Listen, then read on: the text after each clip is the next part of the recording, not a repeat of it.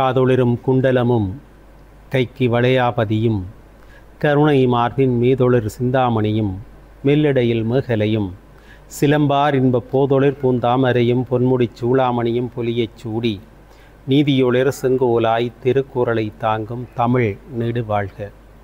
திக்கட்டும் பரந்து வாழும் தீன் தமிழ் உறவுகளே வணக்கம். இது டான் தொலைக்காட்சி பெருமையோடு வழங்குகிற சொற்சமர். வளரும் இளம் பேச்சாளர்களுடைய வாத திறனை மேம்படுத்துவதற்கான அமர். இன்றைய சொற்சமர் நிகழ்ச்சியில் வடபுலத்தில் வலிகாமம் கல்வி வலயத்தில் முன்னணி பாடசாலைகளாக திகழும் 2 பாடசாலைகளை சார்ந்த பிள்ளைகள் பங்கேற்று சிறப்பிக்கிறார்கள். வட்டு இந்து கல்லூரி 1894ஆம் ஆண்டிலே அம்பலவான நாவலர் என்கிற சைவ பெரியாரால் சைவ சமய பிள்ளைகளுக்கென உருவாக்கப்பட்ட பாடசாலை. அது இன்றைக்கு ஒரு தேசிய பாடசாலையாக வளர்ந்து நிற்கிறது. அவர்களை எதிர்த்து அளவட்டி அருணோதய கல்லூரி, அதுவும் 1894ஆம் ஆண்டிலே தான் உருவாக்கப்பட்ட பாடசாலை.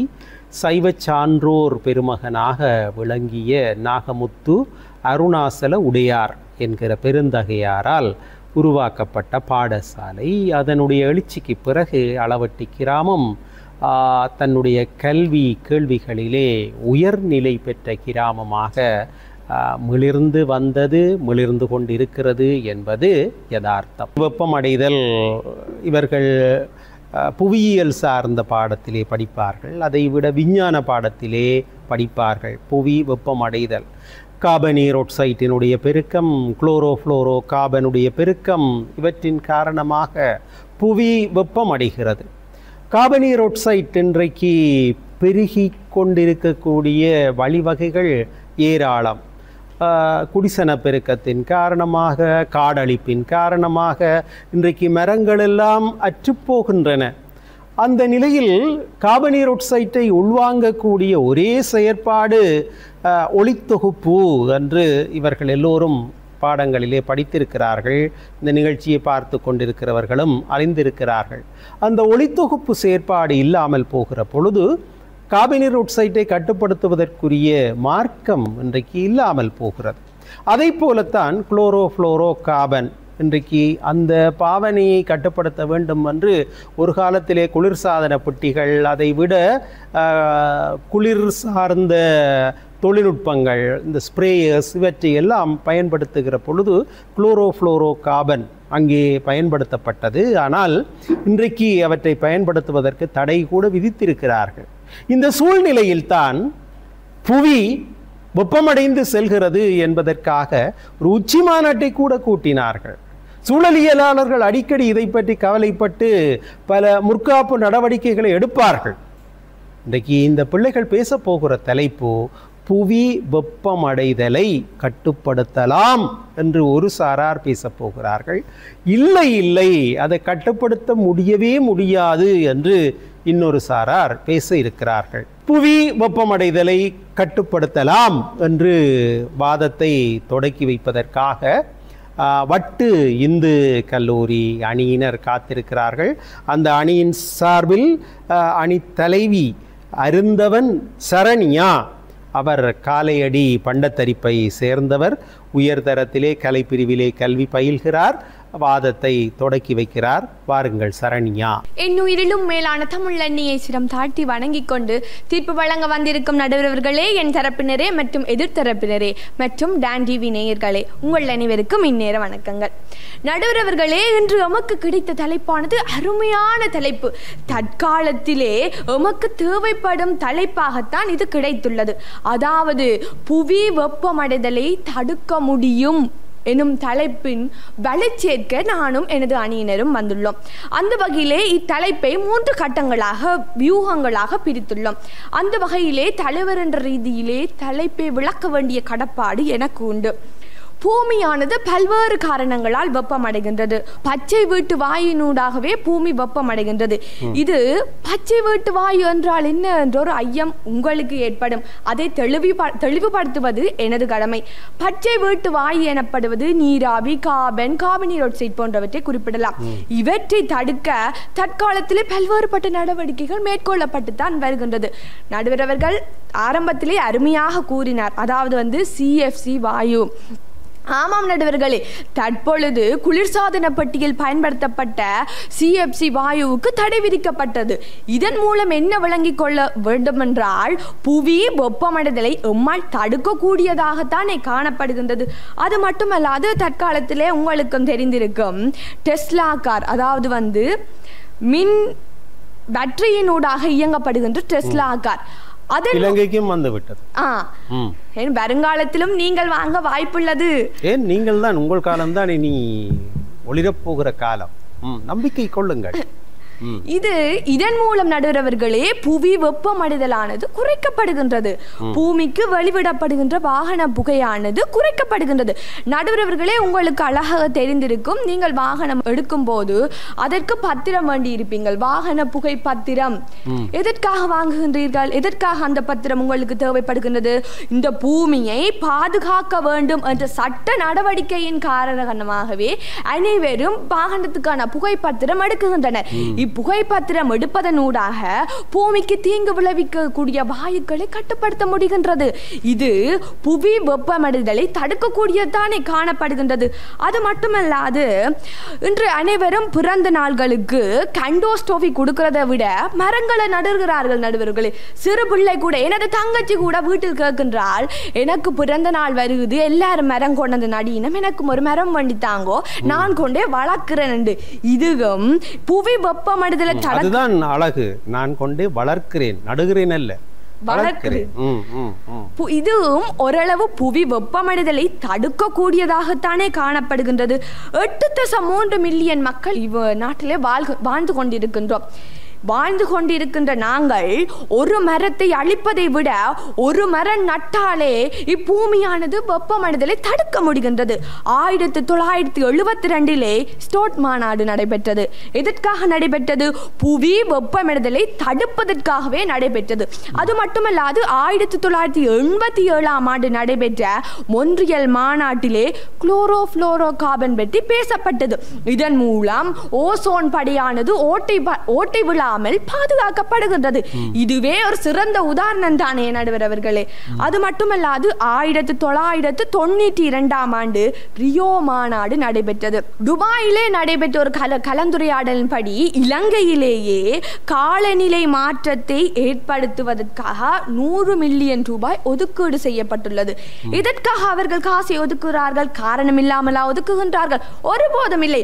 பூமியானது வெப்பமடைதலை தடுக்கத்தானே நடவடிக்கை எடுத்து கொள்கிறார்கள். 2016 பாரிஸில் இடம்பெற்ற பூகோள வெப்பநிலையை அதிகரிக்க செய்யாது பாதுகாக்கும் மாநாட்டிலே 1.5 பாகை C வெப்பநிலையானது குறைக்கப்பட்டது என்று தீர்மானிக்கப்பட்டது. இது எதற்காக எடுக்கப்பட்டது? முடிவானது பூமி வெப்பமடைதலை குறைப்பதற்காகத்தான்.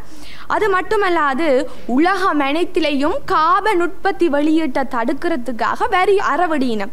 எதற்காக நடுவர்களே வரி அறவிடுகிறார்கள்? அதாவது வரி கட்டுப்பணத்துக்கு எவ்வளவு செலுத்துகின்ற பயத்தினாலே அது கார்பன் உற்பத்தியை குறைப்பாம். அதனால்தான் வரிகளை அறவிடுகின்றார்கள். இறுதியாக நான் ஒன்று கூற விரும்புகின்றேன். மாற்றத்தை நாம் இன்று தொடங்குவோம். மரங்களை நட்டு நிழல் தருவோம். சைக்கிள் ஓட்டி காற்றை நம்புவோம்.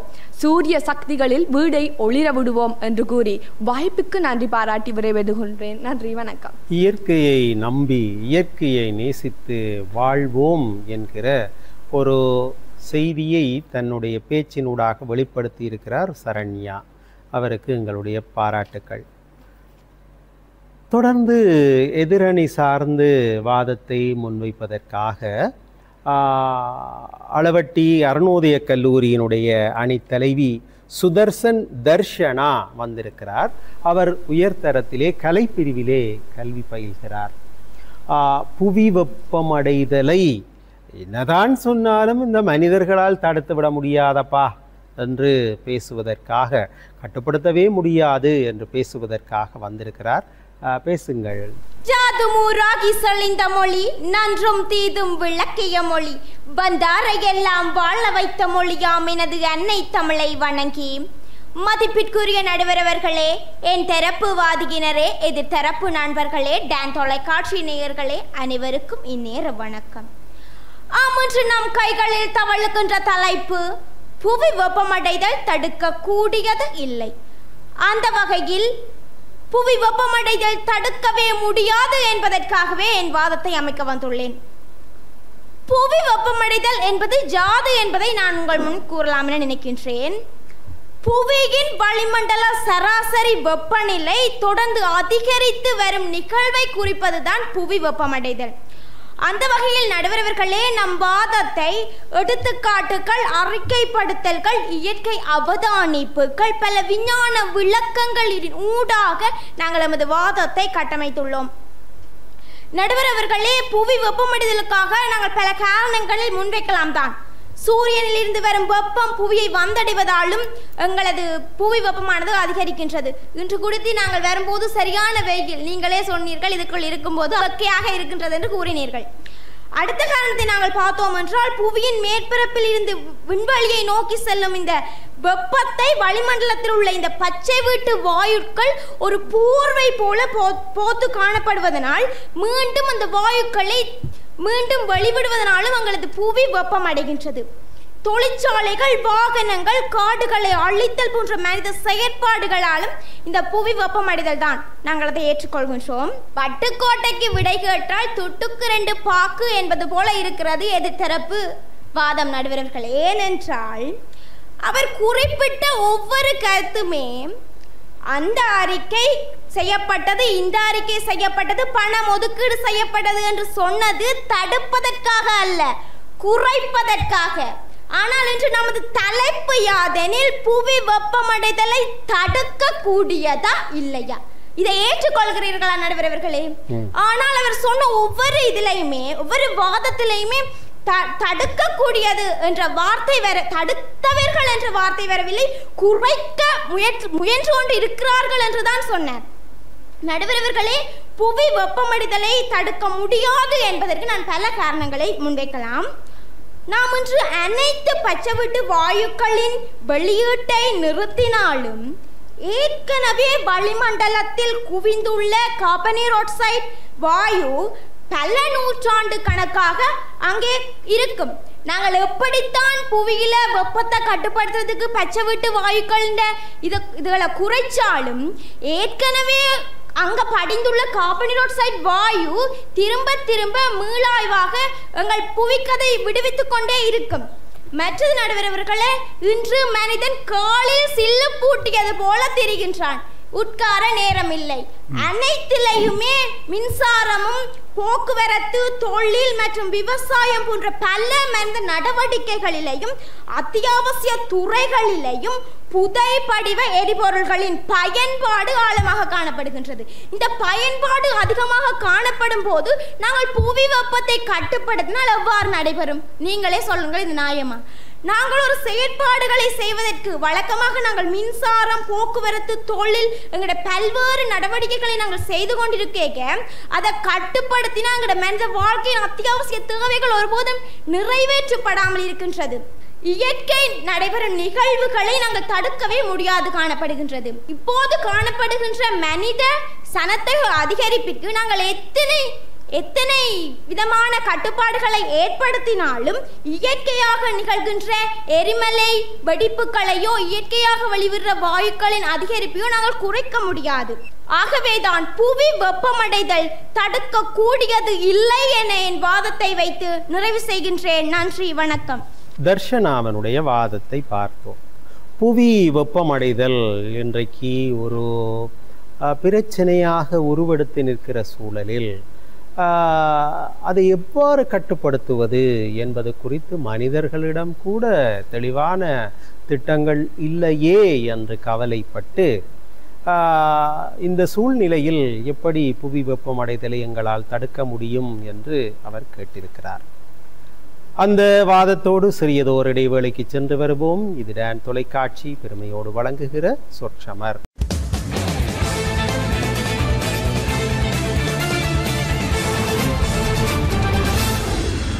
இடைவேளையை தொடர்ந்து மீண்டும் இணைந்திருக்கிறோம். இது டான் தொலைக்காட்சி பெருமையோடு வழங்குகிற சொற்சமர். இன்றைய சொற்சமர் களத்திலே வட்டு இந்து கல்லூரி அவர்களை எதிர்த்து அளவட்டி அருணோதய கல்லூரி. இது வட்டு இந்து கல்லூரியினுடைய நேரம். இரண்டாவது பேச்சாளர் தபிதா சாந்தகுமார் தன்னுடைய வாதத்தை முன்வைக்க வந்திருக்கிறார்.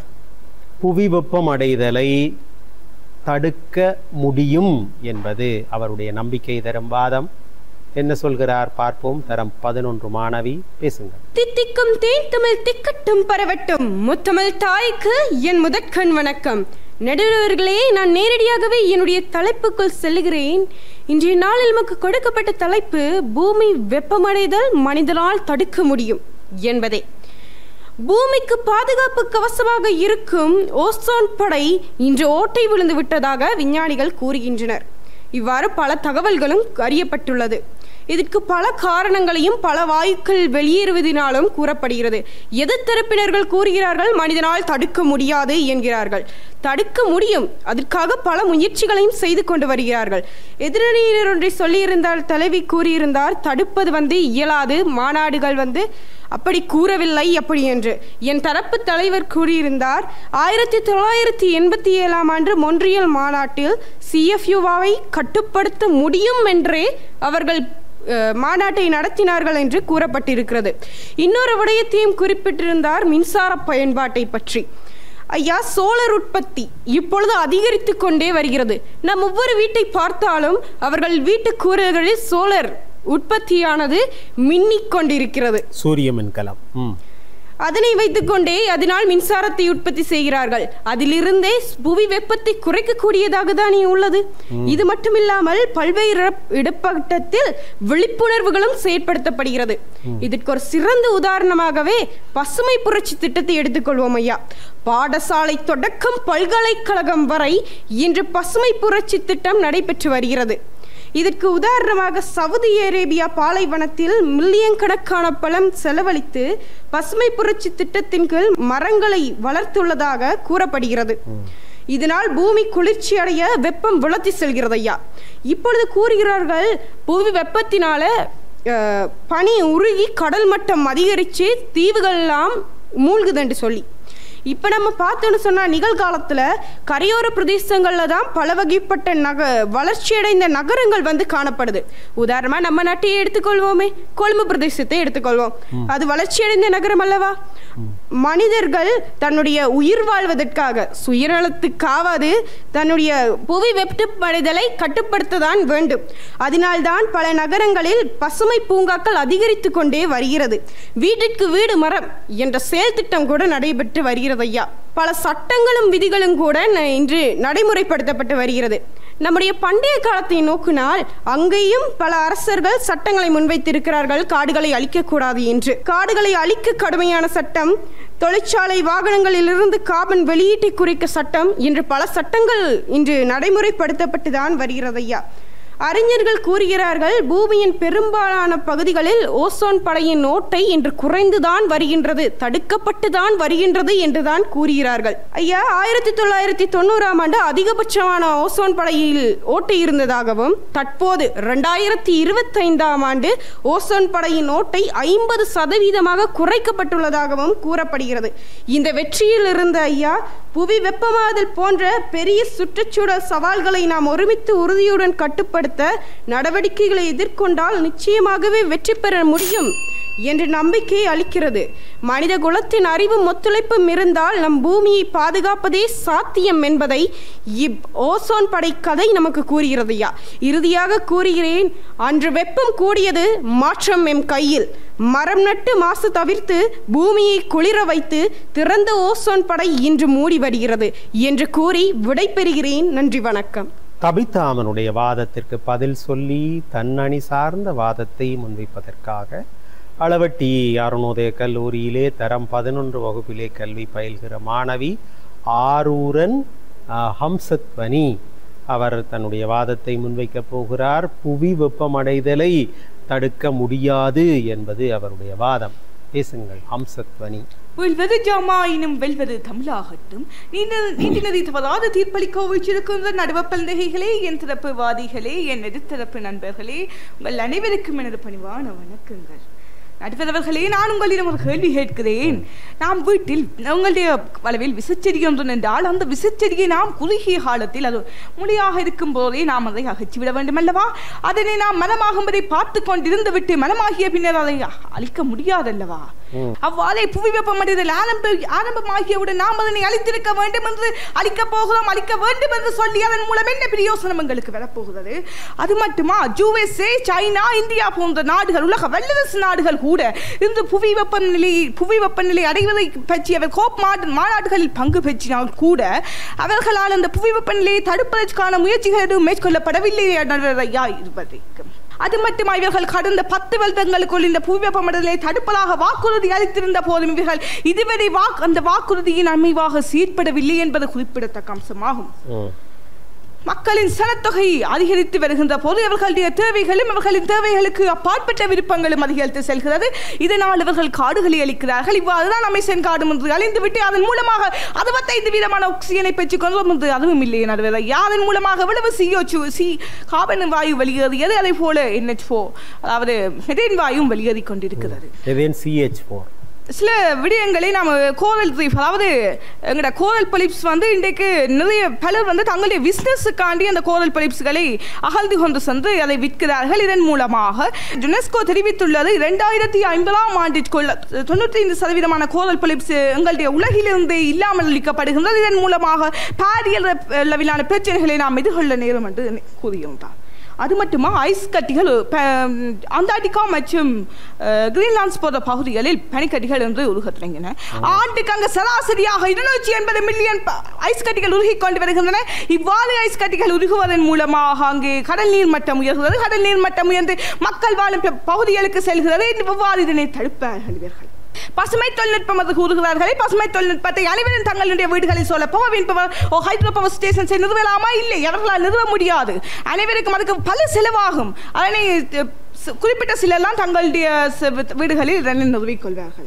தனி மனித முயற்சியினால் ஒன்றும் இங்கே நடக்கப் போவதில்லை. தனி மனிதனோ தனி நாடோ தான் இதை செய்வதாக எண்ணினாலும் அந்த நாட்டுக்கு திடீர் அனர்த்தங்கள் ஏற்படுவதால் அந்த தொகையை, அதற்கென்று ஒதுக்கி வைத்த தொகையை வேறு ஒரு அனர்த்தத்திற்காக அந்த நாடு அதனை வழங்குகின்றது.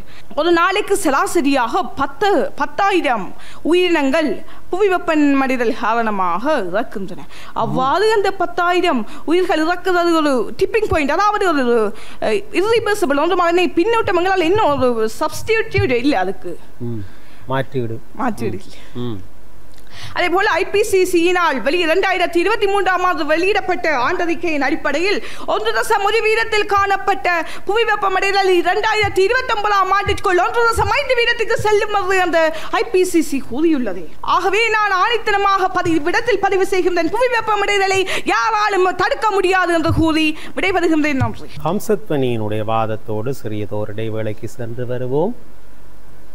இடைவேளையை தொடர்ந்து சந்திக்கலாம். இது டான் தொலைக்காட்சி பெருமையோடு வழங்கும் சொற்சமர்.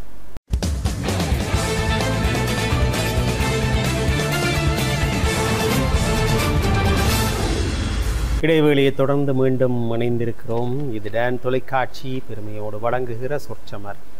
புவி வெப்பமடைதலை தடுக்க முடியுமா, முடியாதா?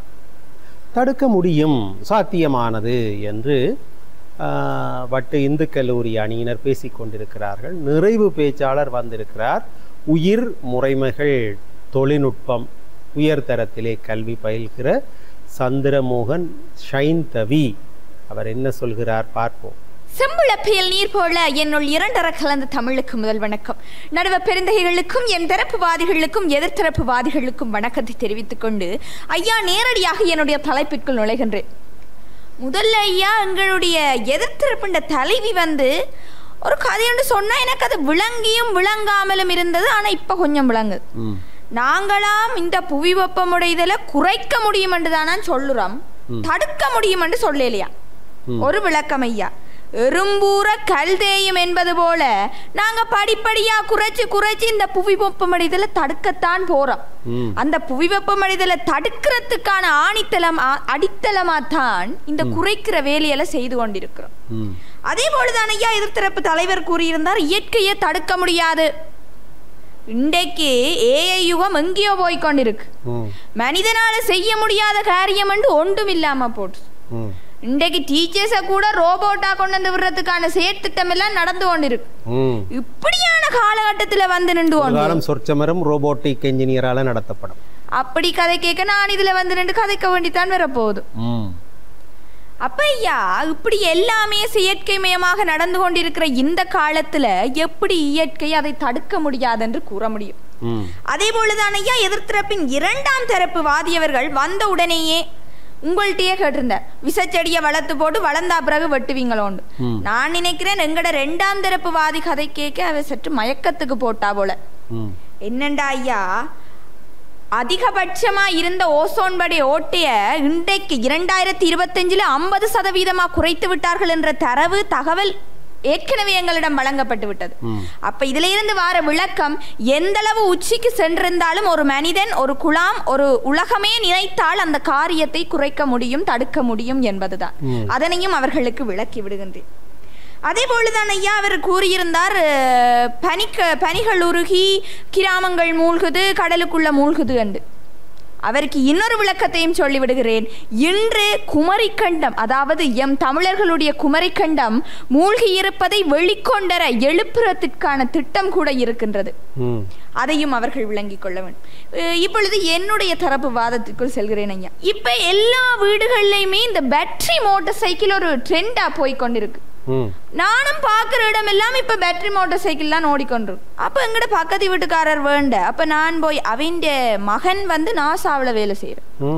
அப்ப நான் போய் அந்த ஆண்டிட்ட கேட்டேன், என்ன எல்லாரும் உங்கள்ட்ட ஏற்கனவே ஒரு மோட்டார் சைக்கிள் வச்சுக்கிறா, புது மோட்டார் சைக்கிள், அதை விட்டுட்டு இந்த பேட்டரி மோட்டார் சைக்கிள் எடுத்து வச்சிருக்கிறீங்கன்னு கேட்க அவ சொல்லுறா, தன் மகன் சொன்னவராம், இப்படி நீங்க பேட்டரி மோட்டார் சைக்கிளை வேண்டி ஓடினீங்களா, அதாவது இந்த மின்கலத்துல ஓடுற மோட்டார் சைக்கிள், என்னுடைய தலைவி அந்த டெல்டா கார் பற்றி கூறியிருந்தார், அது மாதிரி வாங்கி ஓடினா உங்களுக்கு நல்லம், சூழலுக்கு நல்லம், இந்த உலகத்துக்கு நல்லம். அப்படி இப்போ ஒரு படித்த சமூகம் எல்லா இடமுமே காணப்படுது ஐயா. இந்த சூழலை பற்றி, இந்த உலகத்தை பற்றி எல்லா விளக்கமும் எல்லா குடும்பங்களிடையும் இருக்கு. ஒரு தனி மனிதன், அதாவது எதிர்த்தரப்பு நண்பர் சொல்லியிருந்தார், தனி மனிதன் நினைத்து விட்டால் எதையும் மாற்ற முடியாது என்று.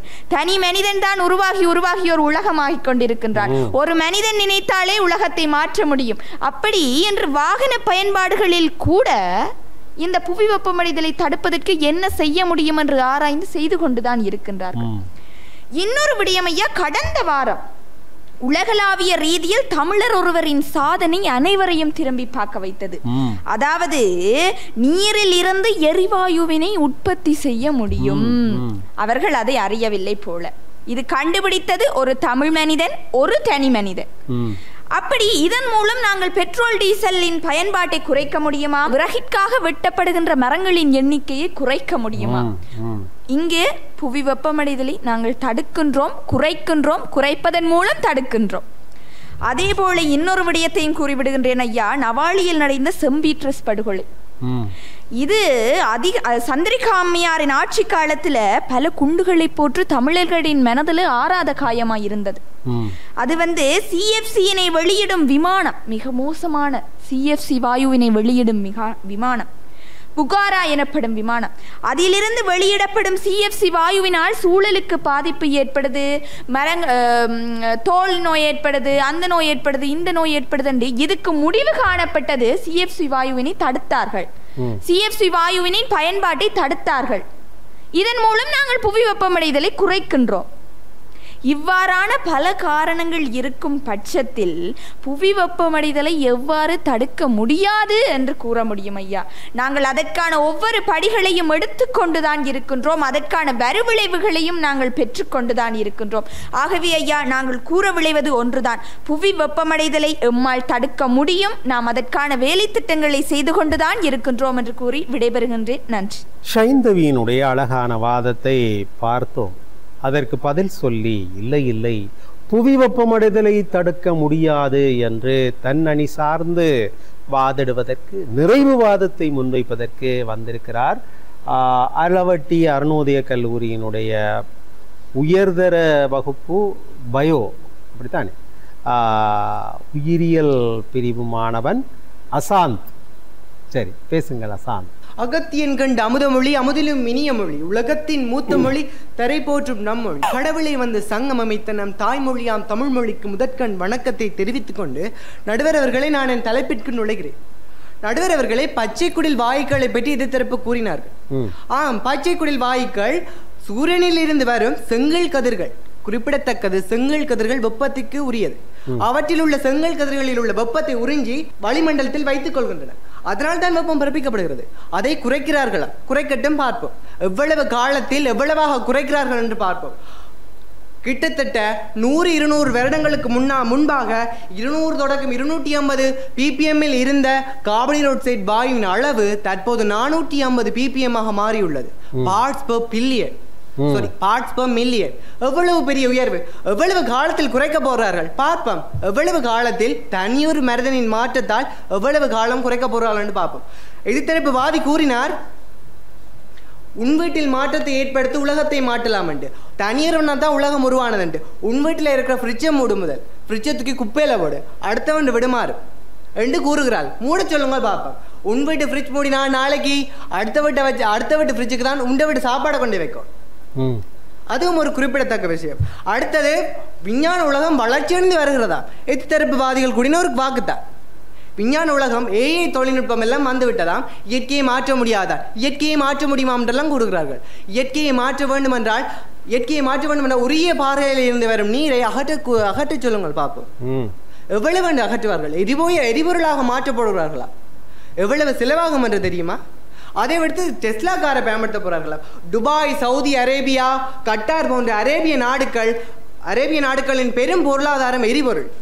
ஒரு நிறுவனத்திற்காக அந்த நாட்டு பொருளாதாரத்தை வீழ்ச்சியடைய செய்ய போகிறீர்களா? அதற்கு அந்த நாடு ஒத்துக்கொள்ளுமா? அடுத்தது பார்த்தோம் என்றால், விஞ்ஞான உலகம் வளர்ச்சியடைந்து வருகிறதா? கிட்டத்தட்ட உலகை தவிர்ந்த, பூமியை தவிர்ந்த வேற்று கிரகத்தில் போய் வாழ்றதுக்காண்டி தண்ணியையும் ஒட்சன் வாயுவையும் அங்கே இருக்கா என்ற டெஸ்ட் பண்ற அளவுக்கு இப்ப உலகம் வளர்ந்து சென்று வருகிறது. அப்படி இருக்கையில் ஓசோன்ல ஓட்ட குறைஞ்சிட்டுதா? ஓட்ட குறைஞ்சா அப்படி ஐயா வானத்துக்கு விண்கலம் போகும், அங்க கோளை கண்டுபிடிக்க. அதை எடுத்து பார்த்தோம் என்றால் மனிதன் குறைத்தான் என்றார்களே. கோவிட்டினால் வந்த விளைவுதான் இந்த ஓசோன் மண்டல குறைப்பு. ஆம் நடுவர் அவர்களே, 2012ஆம் ஆண்டு அறிக்கையின்படி அந்த அளவுதான் அதிகம். அதுவே இடையில் வந்த கோவிட்-19 விளைவுதான் இந்த ஓசோன் மண்டலத்தின் ஓட்டை அடைப்பு. அதன் விளைவாக பல தொழிற்சாலைகள் மூடப்பட்டன. ஓசோன் மண்டலத்தின் ஓட்டைகள் அடைக்கப்பட்டன. அதனால் தான் இப்போது குறைந்துள்ளதாக கூறுகிறார்கள். குறைக்கப்பட்டால் நாசாவில் கூட அவற்றின் பக்கத்து விட்டு அண்ணாக்கு வேலை இருக்காது. அப்படி குறைக்கப்பட்டார். அடுத்தது பார்த்தோம் என்றால், இப்ப காலம் மாறிக்கொண்டு வருதுதானே, எல்லாரும் அறிஞ்ச விஷயம். காலம் மாறுது. எப்படி என்றா, தலைவி கூறினார் தன் தங்கச்சி கிட்டாவும் ஒரு மரம் தான் வளர்க்க போறேன்னு. இப்ப எப்படி காலம் வந்திருக்கு சொல்லுங்க பாப்பாம். ஒரு மரம் வெட்டினால் 9 மரம் நட வேண்டும் என்ற காலம் போய் ஒரு மரம் நட்டால் 9 மரத்தை வெட்டுங்கொன்றதான் காலம். ஏனென்றால் அமெரிக்கா என்றால் தெரியும் தானே உங்களுக்கு, எவ்வளவு பொருளாதாரத்தை வல்லரசான நாடு. அங்கிருக்கும் மக்கள் சனத்தொகை அதிகரிப்பினால் காடு அழிக்கணுமே மக்கள் குடியேற்றத்துக்கான. இது ஒரு பெரும் ஆதாரம் தானே. இதை நிப்பாடுங்க பாப்பா. அந்த நாட்டு வளர்ச்சி நிப்பாட்டிப்பட்டு விடும். அதோட தலைவி கூறினார் 8 மில்லியன் மக்களா. நான் கூறுகிறேன் மில்லியன் அல்ல பில்லியன். 8.2 பில்லியன் மக்கள் வாழ்கிறார்கள் இந்த பூமியில். அதாவது 820 கோடி மக்கள் வாழ்கிறார்கள் இந்த பூமியில். ஒரு மனிதன் நடுவரே, உங்களுக்கு ஒரு கேள்வி. நீங்கள் சராசரியாக ஒரு நாளைக்கு எவ்வளவு கார்பன் டை ஆக்சைடை காலல் செய்கிறீர்கள்? எவ்வளவு கார்பன் டை ஆக்சைடு காலல் செய்கிறீர்கள், வெளியிடுகிறீர்கள்? என்ன சொன்னீர்கள்? காலல் வெளி வீசுதல். ஓ, எனக்கு அளவிடுவதற்குரிய கருவிகள் இல்லை, எனக்கு தெரியாது. நான் அறிந்த அடிப்படையில் அது கிட்டத்தட்ட 0.7 கிலோவிலிருந்து 0.7 கிலோவிலிருந்து 1 கிலோ வரைக்கும் 820 கோடி மக்கள் வாடுற இடத்துல 0.7 ஒரு கிலோகிராம் வெளியிடினமாம். அதவே குறைக்க போயினமாம். எந்த அணுகுண்ட கொண்டு எவ்வளவு மக்கள் ஜாக்கல புரியுங்க? அதை விடுத்து இன்னொரு கேள்வி கேட்கிறேன்டா. ஆரம்ப காலத்துல புவி பெரிய நெருப்பு கோலம். அது எல்லாரும் மறந்தபடியும் வரலாற்று புத்தகங்களிலும் விஞ்ஞான விளக்கங்களிலும் காணப்படுது. அதே வெப்பம் குறைந்தது 1000-1500 பாகைசியில இருந்து 33 பாகைசியாக குறைந்ததற்கு காரணம் பனிப்பாறைகள்ட்ட மோதுகை உண்டு தலைவர் அவர்களே. பனிப்பாறைகள்ட்ட மோதுகை, உலக சுற்றல் வேகம், மற்றது பார்த்தோம்னா தொடர் மழை, தொடர்ச்சியான மழை ஆகியவற்றால் தான் இந்த இது குறையுது. அதுவே இப்ப சைனால ஒரு டேம் ஒன்று கட்டினவன், அந்த டேம் நிறைய அந்த டேம்ல சேகரிக்கப்பட்ட நீர் நிறைய பார்த்தோம்னா 42 மில்லியன் டன், இவ்வளவு பெரிய அளவு. அதனால பூமியின் நிறை சமநிலை குழம்புது. இதால ஒரு நாளண்ட அளவு 0.06 நிமிடங்களால் அதிகரிக்கப்படுது. அதாவது சுற்றல் வேகம் குறையுது. ஆரம்ப கட்டத்துக்கே போறோம். என்னண்டா சுற்றல் வேகம் குறைய குறைய வெப்பம் அதிகரிக்கும். எப்படி இயற்கையை மாற்ற போகிறார்கள்? எந்த ஆயுதம் கொண்டு மாற்றுவார்கள்? எந்த ஏஐயை கொண்டு மாற்றுவார்கள்? வளர்ச்சியடைந்த உலகமாம் உலக வேகத்தை மாற்ற போர்களா? டேமை உடைக்க போய் நம்ம சொல்லுவினா, கட்டாயம் சொல்லுவினா. டேமை உடைச்சி நீ கடலுக்கு தண்ணியை விடுவோம் சொல்லுவினா. டேமை உடைப்பதன் மூலம் கிட்டத்தட்ட 3 லட்சம் அளவுக்கு மக்கள் ஏற்கனவே பாதிக்கப்பட்டார்கள். டேமை கட்டேக்க உடைத்தால் கிட்டத்தட்ட சைனாவின் முக்காவாசி பரப்பு நிலம் அழிந்து போகும். கட்டாயம், இது இயற்கை. அடுத்ததை பார்த்தோம் என்றால் மரத்தை ஒரு காவலில் உறிஞ்சி கருவியாக சொன்னார்கள். நான் ஒத்துக்கொள்றேன், உறிஞ்சி கருவிதான். ஒரு மரத்தின் பருமனை அடிப்படையாக கொண்டுதான் அது எவ்வளவு அளவை உறிஞ்ச போதும்னு சொல்லணும். மரத்தை நடப்போயினுமா, வீட்டுக்கு விட்டு மரத்தை நடப்போயினும், நடட்டும். எவ்வளவு காலத்தில் ஒரு மரம் வளரும்ன்றது ஒரு அடிப்படை அறிவுதான். எவ்வளவு காலத்தில் மரம் வளர வேண்டும் ஒரு அடிப்படை அளவை கூட தெரிந்து வைத்துக் கொண்டு மரம் நடப்போயினுமா. ஒரு முதிர்த்திய மரமே 22 கிலோ தான் ஒரு வருடத்துக்கு உறிஞ்ச போகுது. அப்படி பார்த்தோம் என்றால் மரம் நட்டு கூட அலுவல் இல்லை. இங்க சும்மா ஏதோ பெரிய தலைப்பண்ணி தூக்கி கொண்டு வந்துட்டீங்கன்னா தடுக்கவே முடியாத ஒன்றை தடுக்கும் என்று சொல்லவர்கள் மூடர்கள் தான் என்று கூறி என் வாதத்தை நிறைவு செய்கிறேன். நன்றி. ஆசாந்த் பல்வேறு தகவல்களை, தரவுகளை கொண்டு வந்து தன்னுடைய வாதத்திலே அழகுற முன்வைத்தார். அந்த வாதத்தோடு இந்த விவாத களத்தினுடைய வாத பிரதிவாதங்கள் நிறைவுக்கு வருகின்றன. இனி தொகுப்புரை மற்றும் தீர்ப்புரை இடம்பெற வேண்டும். சிறியதோர் இடைவேளையை தொடர்ந்து மீண்டும் சந்திப்போம்.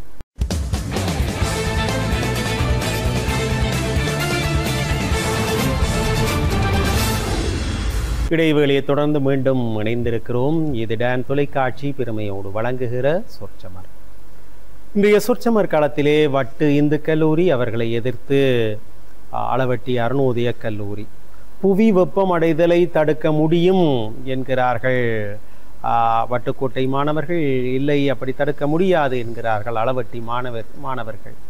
இப்பொழுது தொகுப்புரை மற்றும் தீர்ப்புரை இடம்பெற வேண்டும். முதலில் பேசியவர்கள் நிறைவாக தொகுப்புரை ஆற்றுவார்கள். பட்டி மண்டபத்தினுடைய மரபிற்கு அமைவாக இரண்டாவதாக வாதத்தை தொடக்கி வைத்த தர்ஷனா தன்னுடைய தொகுப்புரையை ஆற்றுகிறார். பேசுங்கள் தர்ஷனா. மீண்டும் தொகுப்புரையில் சந்திப்பதில் மிக்க மகிழ்ச்சி. ஆம் நடுவர்களே, எங்கள் வாதத்தை நீங்களே அவதானித்தீர்கள். நேரத்தை கூட கவனிக்காத அளவிற்கு எங்கள் மூன்றாம் தரப்பு வாதியின் பேச்சை அவதானித்தவாறு இருந்ததை நான் அவதானித்தேன். நடுவர்களே, பூமியின் வளிமண்டல சராசரி வெப்பநிலை குறைக்க முடியாது என்பதனை நாங்கள் எங்கள் வாதத்தில் எடுத்துக்காட்டுகள், அறிக்கைப்படுத்தல்கள், இயற்கை அவதானிப்புகள், பல விஞ்ஞான விளக்கங்கள் போன்றவற்றின் அடிப்படையில் மிக ஒழுங்குமுறையாக வாதத்தை கட்டமைத்திருந்தோம். நடுவர்களே, என் இரண்டாம் தரப்பு வாதி பல வகையான எடுத்துக்காட்டுகளை முன்வைத்தார். என் மூன்றாம் தரப்பு வாதி அவரை பற்றி உங்களுக்கு நான் சொல்லவே தேவையில்லை. எதிர் அணியினர் எதை முன்வைத்தார்களோ அத்தனைக்குமே என் மூன்றாம் தரப்பு வாதி தக்க பதிலடி கொடுத்து எங்கள் வாதம்தான் சரியானது என்பதை அவர் நிரூபித்து விட்டார். ஆகவே நான் எதிர்த்தரப்பு வாதினருக்கு எந்த பதிலையும் அளிக்க வேண்டிய கடப்பாடு எனக்கு இருக்கவில்லை. ஏனென்றால் மூன்றாம் தரப்பு வாதி அழகாக அவர்களுக்கு தக்க பதிலடிகளை கொடுத்தார் என்பதை என் தொகுப்புரையில் கூறி வாய்ப்புக்கு நன்றி கூறி புவி வெப்பமடைதல் தடுக்கவே முடியாது என்பதை ஆணித்தரமாக கூறி விடைபெறுகின்றேன். நன்றி. வட்டு இந்து கல்லூரியினுடைய அணி தலைவி சரணியா. மீண்டும் அவைக்கு வணக்கத்தை தெரிவித்துக் கொண்டு தொகுப்புரை என்பது நாம் கூறியவற்றை தொகுத்து கூறுவதற்காக என்று நினைவில் கூறிக்கொண்டு தலைவர் என்ற ரீதியிலே தலைப்பை மிகவும் அழகாக விளக்கி இருந்தேன். பூமியானது எவ்வாறு வெப்பமடைகின்றது, அதை எவ்வாறு நாம் தடுக்க வேண்டும் என்றும், பச்சை வீட்டு வாயுக்கள் எவ்வாறு வெளிவிடப்படுகின்றது, அதை எவ்வாறு தடுக்கின்றோம் என்றும், இப்பூமியிலே 8.2 பில்லியன் மக்கள் வாழ்கின்றார்கள், அவர்கள் நாட்டிற்கு மரங்களை நட வேண்டும் என்றும் தெளிவாக கூறியிருந்தேன். அது மட்டுமல்லாது உலகளாவிய ரீதியிலே பல்வேறுபட்ட மாநாடுகள் நடைபெற்றது. ஸ்கோட் மாநாடு, மொன்றியல் மாநாடு, ரியோ மாநாடு போன்றவற்றையும் எடுத்துக்காட்டுகளாக கூறியிருந்தேன். அது மட்டுமல்லாது எனது 2ஆம் தர பேச்சாளர் சோழர் பற்றி வீட்டுக்கு வீடு சோழர் மினுங்குகின்றது என்றும் கூறியிருந்தார். அது மட்டுமல்லாது பசுமை புரட்சி திட்டம் சவுதி அரேபியா பாலைவனங்களிலே மரம் நடுகை திட்டமானது காணப்பட்டு வருகின்றது என்றும், வீட்டுக்கு வீட்டு மரம் நடுகை காணப்படுதல் என்றும், காடுகளை அழிக்க கூடாது என்று பல்வேறு இடங்களில் சட்ட நடவடிக்கை எடுக்கப்பட்டுள்ளது என்றும் கூறியுள்ளார். அது மட்டுமல்லாது ஓசோன் படையின் ஓட்டையானது 50% குறைக்கப்பட்டுள்ளது என்றும் கூறியுள்ளார். அது மட்டுமல்ல எனது 3ஆம் தர பேச்சாளர் கூறியிருந்தார் புவி வெப்பமடைதலை தடுக்க எவ்வாறு நடவடிக்கை எடுக்க வேண்டும் என்றும், எதிர்த்தரப்பினர் கூறியதற்கு தக்க பதிலடிகளையும் வழங்கியிருந்தார். எறும்பூர கல்தேயும் என்ற வாக்கியத்திற்கு இணங்காக ஒருவர் முயற்சித்தாலே பல்வேறுபட்ட மாற்றங்களை மேற்கொள்ளலாம் என்று எதிர்த்தரப்பினருக்கு தெளிவிட்டிருந்தார். அது மட்டுமல்லாது ஏஐயால் என்னென்ன செய்யலாம் என்பதையும் தெளிவாக கூறியிருந்தார்.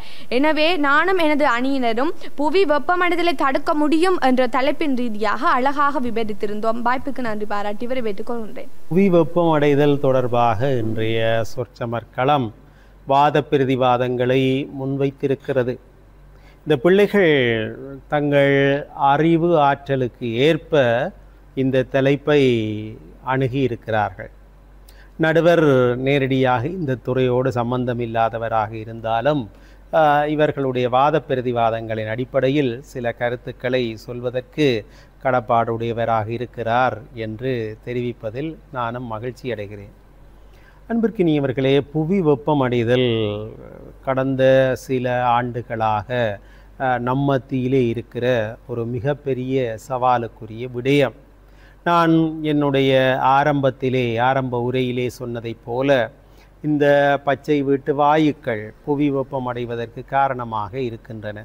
கார்பனோரொட்சைட், கார்பனீரொட்சைட், குளோரோஃப்ளோரோ கார்பன் இத்தகைய வாயுக்களால் புவி வெப்பமடைகிறது என்பதை நாங்கள் கண்ணூடாக காண்கிறோம். கார்பனீரொட்சைட்டை மீள இயற்கையாக உள்வாங்கக்கூடிய ஒரே ஒரு அமைப்பு அல்லது செயற்பாடு என்றால் ஒளித்தொகுப்பு என்பதை எல்லோருமே அறிந்திருக்கிறீர்கள்.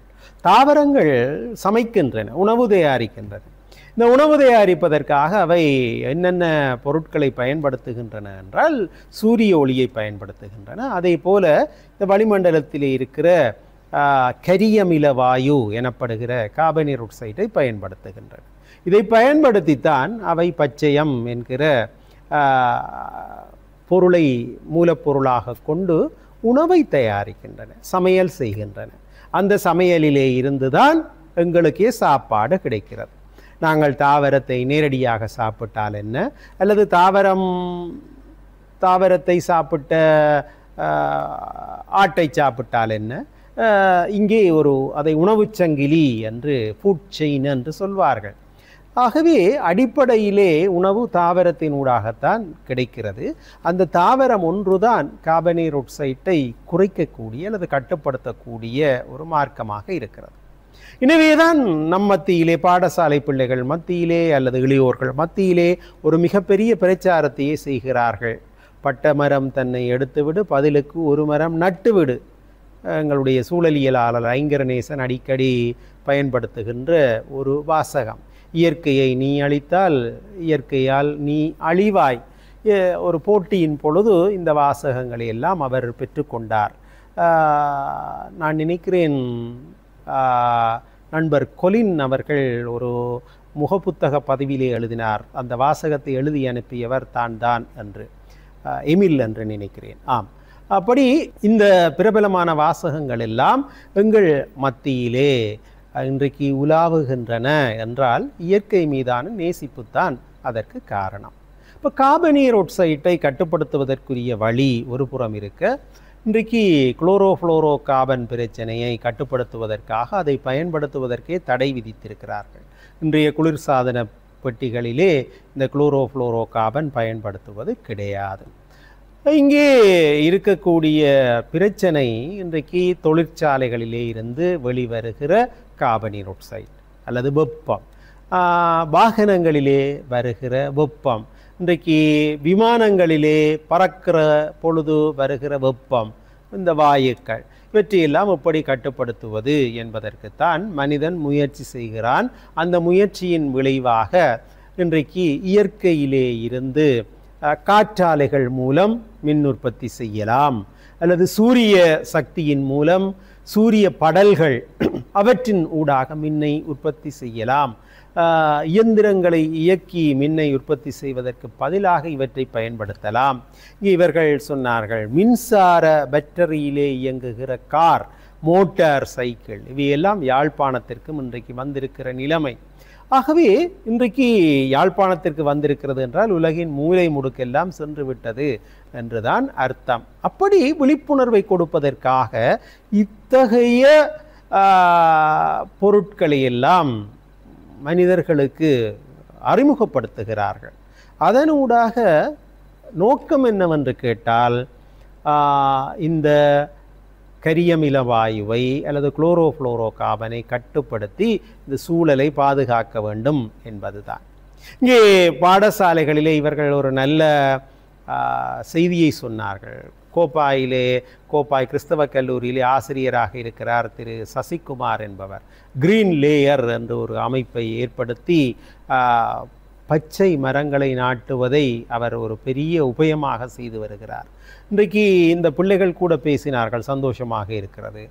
பிறந்த நாள் என்றால் மரம் வைத்து வளர்க்கப் போகிறேன் என்று என்னுடைய சகோதரி கேட்டார் என்று சரண்யா பேசினார். அப்படி இன்றைக்கு மரம் நட வேண்டும் என்கிற ஆர்வம் வந்திருக்கிறது. நான் ஒரு பாடசாலைக்கு போனேன். அங்கே அதிபர் சொன்னார், மரம் நடுவதற்காக நாங்கள் நிரந்தரமாக ஒரு இடத்தையே வைத்திருக்கிறோம் என்று. அப்படி என்றால் யோசித்து பாருங்கள், மரம் நடுவதற்காக நிரந்தரமான இடம் என்றால் அங்கே மரத்தை நட்டால் இந்த வருடத்தோடு பட்டுவிடும், அடுத்த வருடம் அதே இடத்திலே மரம் நாட்டு விழா நடைபெறும். அப்படி மரம் நாட்டு விழா நடத்தப்படுவது பெரும் முட்டாள்தனம். ஆக மொத்தத்திலே இன்றைக்கு வீதிகளெங்கும் மரத்தை நடுகிறார்கள். ஆனால் மறுபுறத்திலே இது பற்றிய விழிப்புணர்வு இல்லாதவர்கள் என்ன செய்கிறார்கள்? அதை வெட்டி எறிகிறார்கள், அல்லது நாசம் விளைவிக்கிறார்கள், அல்லது ஆடுகள் மாடுகளை விட்டு அதை மேயச் செய்கிறார்கள். ஆகவே இந்த மரம் நடுகை என்பது மிகவும் ஊக்குவிக்கப்பட வேண்டிய ஒரு விடயம்.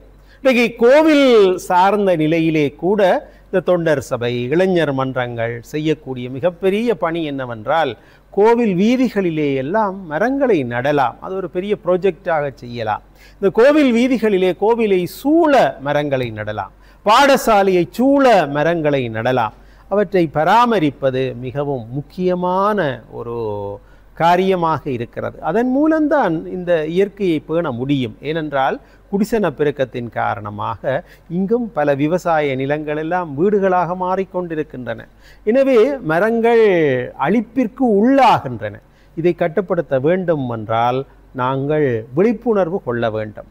அந்த விழிப்புணர்வை வழங்குகிற செயற்பாடுகள் இன்றைக்கு நடைபெறுகிறது. நமக்கு அருகிலே இருக்கிற வல்லரசு இந்தியாவிலே ஒரு மிகப்பெரிய சாதனை செய்திருக்கிறார்கள். நீராவியிலே இருந்து எரிவாயுவை தயாரிக்கிற ஒரு பொறிமுறையை ஆக்கியிருக்கிறார்கள். அது உலகத்தை திரும்பி பார்க்க வைக்கிற ஒரு மிகப்பெரிய கண்டுபிடிப்பு. அதைவிட இன்றைக்கு பேட்டரியிலே இயங்குகிற கார், பேட்டரியிலே இயங்குகிற இயந்திரங்கள், இவையெல்லாம் இன்றைக்கு பெருகி வருகின்றன. எனவே இந்த தடுப்பதற்கான முயற்சிகள் மெல்ல மெல்ல மேலுற்று வருகின்றன என்றுதான் கொள்ள வேண்டும். அந்த நம்பிக்கை தான் வாழ்க்கை.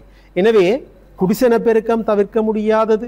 இங்கே எதிரணியினர் கூட சொன்னார்கள், ஒரு காலத்திலே பூமி பெரிய பூகோள, அதாவது பூப்பந்தாக, தீப்பந்தாகத்தானே திகழ்ந்தது. ஆனால் இன்றைக்கு தொடர்ச்சியான மழை, தொடர்ச்சியான குளிரல் செயற்பாடுகள், இதன் ஊடாக இன்றைக்கு புவி இத்தகைய ஒரு சூழலிலே இருக்கிறது. சாதாரணமாக ஒவ்வொரு ஊருக்கும் ஒவ்வொரு வெப்பநிலை, அறை வெப்பநிலை என்று ரூம் டெம்பரேச்சர் என்று அதனை சொல்வோம். அத்தகைய சூழ்நிலையிலே வாழக்கூடிய ஒரு தகவமைப்பு தான் எங்களுக்கு கிடைத்திருக்கிறது. அது தொடர வேண்டும் என்பதற்காக பல்வேறு செயற்பாடுகளை செய்கிறோம். ஆகவே புவி வெப்பமடைந்தாலும் இவர்கள் சொன்ன அறிக்கைகளின் பிரகாரம் ஓசோன் ஓட்டை அடைபடுவதிலே முன்னேற்றம் ஏற்பட்டிருக்கிறது. ஆகவே புவி வெப்பமடைதலை தடுக்கக்கூடிய செயற்பாடுகள் வினைத்திறனாக இடம்பெறுகின்றன. அது பற்றிய விழிப்புணர்வுகள் எங்கள் கலைத்திட்டங்களூடாக பரப்பப்பட்டிருக்கின்றன. அவை நடைமுறைப்படுத்தப்படுவதிலும் பெரும்பாலும் வெற்றி கிடைத்திருக்கிறது. இன்னும் விழிப்புணர்வுகள் பெறுவதன் ஊடாக இது மேம்பட வேண்டும் என்கிற நிலையில் புவி வெப்பமடைதலை தடுக்க முடியும் என்ற நம்பிக்கை தரக்கூடிய வார்த்தைகளையே தீர்ப்பாக சொல்லி இனி இவர்களுக்குள்ளே அந்த தலைப்பிலே வாதிட்ட வட்டு இந்து கல்லூரி அணியினர் இந்த போட்டியிலே வெற்றி பெறுகிறார்கள் என்பதை தீர்ப்பாக்கி இவர்களுக்குள்ளே பல்வேறு தரவுகளை திரட்டி வந்து தன்னுடைய வாதத்தை அமைத்து கொண்ட அல்லது இந்த வாதிகளுக்குள்ளே ஒரு ஆணாக நின்று நிலைக்கிற அருணோதய கல்லூரியினுடைய உயர்தரத்திலே அவருக்கு அது வாய்ப்பு. ஏனென்றால் அவர் உயர்தரத்திலே பயோசயின்ஸ் படிக்கிறார்.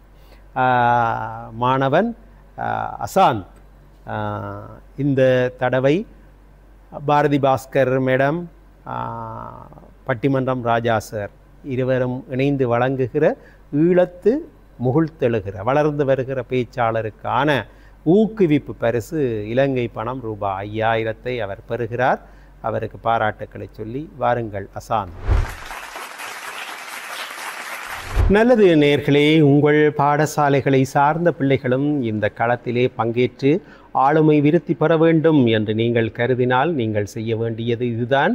தயாரிப்பாளர் சொற்சமர், டான் தொலைக்காட்சி, இலக்கம் 707, ஆஸ்பத்திரி வீதி, யாழ்ப்பாணம் என்கிற முகவரிக்கு ஒரு வேண்டுகை கடிதத்தை எழுதி அனுப்புங்கள். நிகழ்ச்சி தயாரிப்பாளர் உங்களோடு தொடர்பு கொண்டு இந்த மேடைக்கு உங்களை அழைத்து வருவதற்கு ஆவன புரிவார். நல்லது நேயர்களே, மீண்டும் மற்றுமோர் நிகழ்ச்சியில் சந்திக்கலாம். நிகழ்ச்சி தயாரிப்பாளர் டான் தொலைக்காட்சியின் முகாமையாளர் இளையதம்பி செல்வச்சந்திரன் மற்றும் படத்தொகுப்பு, படப்பிடிப்பு என்பவற்றை மேற்கொள்கின்ற விதுசாந்த் குழுவினர் மற்றும் கலைஞர்கள் அத்தனை பேரோடும் மீண்டும் மற்றுமோர் நிகழ்ச்சியில் சந்திக்கும் வரை வணக்கம் கூறி விடை கொள்கிறேன். நன்றி, வணக்கம்.